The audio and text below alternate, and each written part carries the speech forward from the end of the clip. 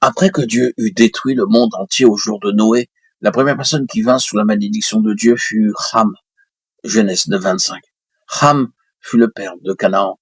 Noé, le prédicateur de la justice, s'enivra et sa nudité fut découverte dans sa maison.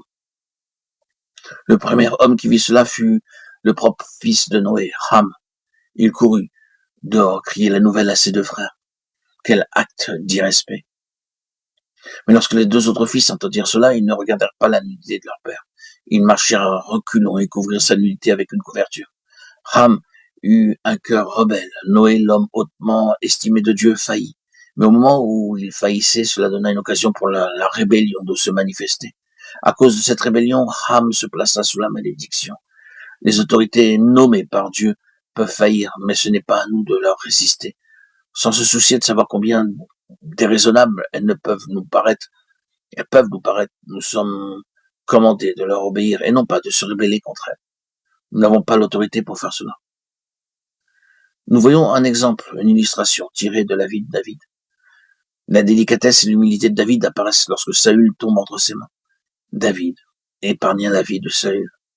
David résolut qu'il ne lèverait pas la main contre loin de l'Éternel. L'autorité spirituelle est une affaire très sérieuse. Le livre des Éphésiens est spécialement significatif pour le croyant parce qu'il révèle tout ce qu'il possède en Christ. La conduite temporelle de l'Église dans les choses mondaines est incluse dans l'enseignement central des Éphésiens. C'est le seul moyen de goûter la plénitude de Dieu. Paul dit, serviteurs, obéissez à vos maîtres selon la chair, avec crainte et tremblement, dans la simplicité de votre cœur, comme à Christ. Éphésiens 6, 5. Les principes mentionnés ici sont applicables pour n'importe quelle relation avec les employeurs. Quel que soit notre patron sur notre lieu de travail, nous devons servir comme étant sous l'autorité du Seigneur. Il peut être le diable incarné, mais cela ne donne pas le droit de l'insulter ou de parler derrière son dos. Quoique des employeurs soient enclins à avoir en vue beaucoup de bonnes choses pour les employés, le Seigneur voit tout et récompense tout. Mais nous, en tant que croyants, nous servirons non pas pour faire plaisir aux hommes, mais pour plaire au Seigneur, non seulement sur le lieu de travail, mais aussi à l'extérieur. Romains 13, 7. Il faut rendre le droit et le devoir à qui cela est dû. Nous devons de même apprendre l'obéissance dans l'Église.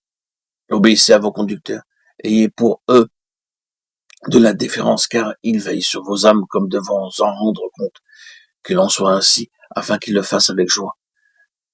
Et non en gémissement, ce qui ne vous serait d'aucun avantage. Hébreux 13, 17.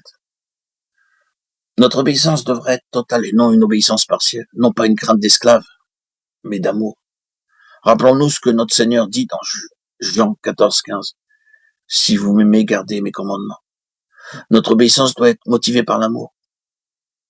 Quoique Christ soit le roi des rois et le Seigneur des seigneurs, cependant, il devint un esclave pour notre intérêt et fut obéissant même jusqu'à la mort de la croix. Parce qu'il a tout donné pour nous. En retour, par amour pour lui, je veux lui obéir en chaque chose. Si nous obéissons dans l'amour, nous surpassons toujours ce que nous pouvons faire sous la loi.